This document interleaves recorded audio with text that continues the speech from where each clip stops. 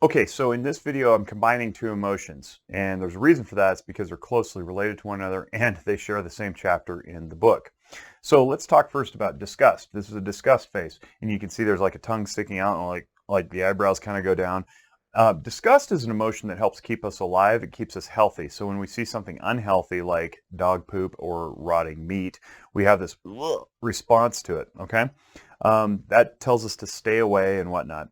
Now, we can also have ideological disgust, and I'll get to that in a moment because it's the linkage between disgust and contempt. So we'll talk about contempt for a second. Contempt, not contentment, which is when you're happy and everything's fine, but contempt with a P is when you look down on others like they're not like you, they're lesser beings. And this you can see like kind of the snarled lip and up curled, and maybe like there's an eyebrow cocked, like, ugh, who are you? Very similar expression, different emotional function in the brain. Why do we have this emotion? Well, the research suggests that it's evolutionarily advantageous to have contempt in case somebody tries to attack you. So if there's a threat coming your way, you get the fear response, and it's not enough just to be afraid because you could still get pummeled. You have to generate some level of contempt or ill will for the other person in order to fight back. So if somebody comes at you really aggressively, you can be like, whoa, and then to preserve yourself for those you love and want to protect, you're like, what are you, how dare you, and that's the contemptuous looking down upon that's useful for defensive purposes. And the idea behind this is that it's pretty hard to harm another human being unless you think they're not like you. Even in the briefest of moments in a conflict, saying nasty things or calling names or whatever, that's contempt. That's what contempt does. Now, societally, contempt is useful for things like wartime, when you have to really scale up and fight back the enemy or whatever, and also for conquering lands. So across history, we've had imperialistic drives to go take over and conform and assimilate and all that stuff, and lands have been conquered and whatnot. That's a contemptuous activity on a broad scale, because again, it's really hard to disrespect somebody's personal autonomy, free will, and liberty unless you don't think they're like you, and you're going to just go impose your will and culture and whatnot on top of them. So the marching army comes in and conquers the village and says, all right, now you're all citizens of this kingdom. That's a pretty contemptuous act. So how do we get from disgust to contempt? Well, I mentioned ideological disgust. Now, in the surprise video, I talk about having markers in my hand representative of ideas that we hold in our heads, or beliefs, right? So let's say that a couple of people have differing beliefs and ideas. This is red, purple, and green. This is blue, orange, and green, different color green, forest green versus lime green, I guess. And these two people, instead of holding loosely to their beliefs, come into contact with each other, and they say, my beliefs are who I am as a human being, and anything except my beliefs is harmful to me. It could pose a threat. It could be unhealthy. So maybe lime green, purple, red person looks at orange, blue, forest green person and says, you suck. I don't like your beliefs because they're different from mine. That's a contemptuous act. And here's why it's problematic. These two people, if they're not holding loosely to their beliefs, what they're essentially saying is, my beliefs matter, yours don't. I want you to change your mind and come over to my side. Well, if they're both really tied tightly to their beliefs, they end up fighting. That's a conflict. And I'll talk about us versus them in a second, but keep that in mind, right? The we on this side versus the they on that side. Now, let's talk about if they're holding loosely. These two people come in contact with each other, and instead out of disgust or contempt for one another, they act out of curiosity and interest. They go, hey, I notice you have orange belief. Tell me about that. Oh, I notice you have purple belief. Tell me about that. And then they can exchange ideas and maybe even adopt new ideas. That's how society should function if it's healthy. We should have a free exchange of ideas. We should be non-attached to them, and we should be curious and humble about the information that other people can perceive. However, if we're emotionally locked into our belief systems and we look down on others with disgust or contempt, like, ugh, I don't like your ideas because they're not like mine, that's problematic because it creates separation and siloing, and that's not good for our species. There are some really good reasons to have a disgust response for really harmful ideologies, and some of them include racism or totalitarianism. Those are not useful. They're not harmful. I'm sorry, they're not helpful. They're very harmful. But these days, we have a dialogue where we take those kinds of concepts and we just label everyone with them in an effort to protect our own belief system. This is critical to understand. If you're one of those who tosses out labels upon people to hopefully quantify them and then pretend that you understand all of who they are as a human being based on your label that you've put on them, like racist, you're protecting your own belief system. You're not doing any good for the person who, they're going to be convinced because you called them a name? Probably not. They're not going to change their mind just because you want them to.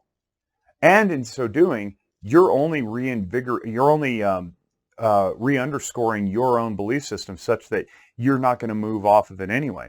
Before you know it, if you're not able to receive feedback and modify your own viewpoints, or at least consider other people's, because I'm not advocating everybody has to abandon their viewpoints, but you got to consider other people's, what you end up doing is trying to create labels for everything to keep yourself safe.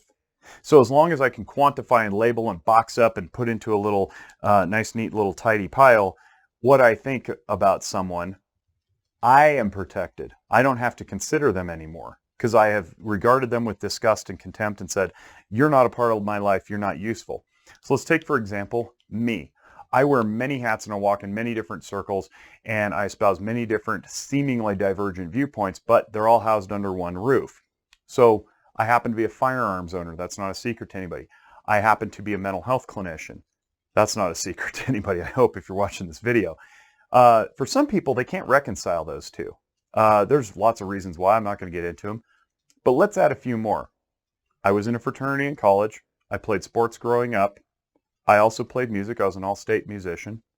I love to brew beer. I also help people with their addictions. Wait, how can you do that both at the same time? I work in the psychological realm, and I'm a churchgoer. How can you do that? How can you do all these things? I'm also a father, a son, a brother, lots of things. I'm involved in my community. I serve in all sorts of coalitions and communities. I'm a business owner. I'm a boss.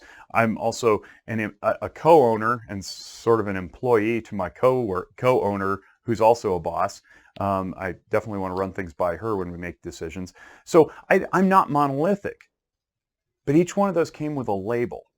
So if somebody looked and said, Jake's an entrepreneur, and whatever they think entrepreneur is quantified and boxed up and labeled in that one little title, that it doesn't give me any room to be anything else. Washed up adult league baseball player. Coach. I was a coach at one point. I also used to write articles. I have a journalism degree. Wait, that doesn't fit into entrepreneur. How does that work? He's a mental health clinician. Nay, a marriage and family therapist. Does that mean I can also do some social work type stuff? Probably. I don't have a license to call myself a social worker, but I can certainly advocate for the cause. There's people who can't conceptualize that. And if I'm labeled, how many labels does it take to quantify somebody like me who's all this multifaceted stuff? I also DJ'd for 17 years too, and that throws people for a loop. Like, what do you mean you DJ'd? I was like, well, I just played CDs, really. but nonetheless, that was another label. And that blows people's minds that we can be many things, not just one. So we get into an us versus them if we start labeling, and we don't like the labels, right? So if you're not in my camp because I put a label on you that is not something that I desire to invite into my camp, but then you present with something else that is desirable, how do I, as the label giver, reconcile that in my head? We have to be non-attached. This is how we avoid contemptuousness. Now, a side note to this is that on social media, there's a lot of contemptuous behavior going on. There's a lot of us versus them. And if I may quote my good friend and mentor, Christian Conti, there is no them, there's only us. Meaning that he says there's only two kinds of people in this world. People with issues and dead people. You've got issues, I've got issues, we've all got issues. So if we've all got issues, what are we going to do when we start throwing labels on each other? It's going to become a very lonely place because before you know it, you're all isolated by yourself because you've labeled out everybody else you've deemed undesirable. It's happening. It's going on right now on social media. I don't like it. I think it's fragmenting the culture, it's fragmenting our society, and it's driving us apart from one another. Remember, there's an evolutionary advantage to having emotional functioning. We connect as communities, we connect as human beings, we support each other, we love each other, we give each other resources. And if we're not doing that because we've already decided through contemptuous behavior that someone is of the other with a label, this is a piece of tape that I'm picturing in my hands labeling someone, and they're forever discarded from my life, how do they ever get back in? Especially if they're multifaceted. I know people who judge me for being in a fraternity. Frat boy. Well, that was 22 years ago. But whatever floats your boat, man. Guess we're not going to get along? I don't know. Seems like I bring value in other areas. Let's not be doing that to each other, right? Let's be mindful of the disgust that we feel for somebody's ideology. Make sure that it's actually legitimately placed on something that could actually legitimately cause harm. And it's not done just to secure our own egos. And let's be mindful of the contempt that we spew at others. So I'll leave you with this. When you type something into the chat, or the comments section, or you reply, or you tweet, or you post anything, are you adding value? Or are you simply squawking because you yourself need to protect your own tightly held beliefs?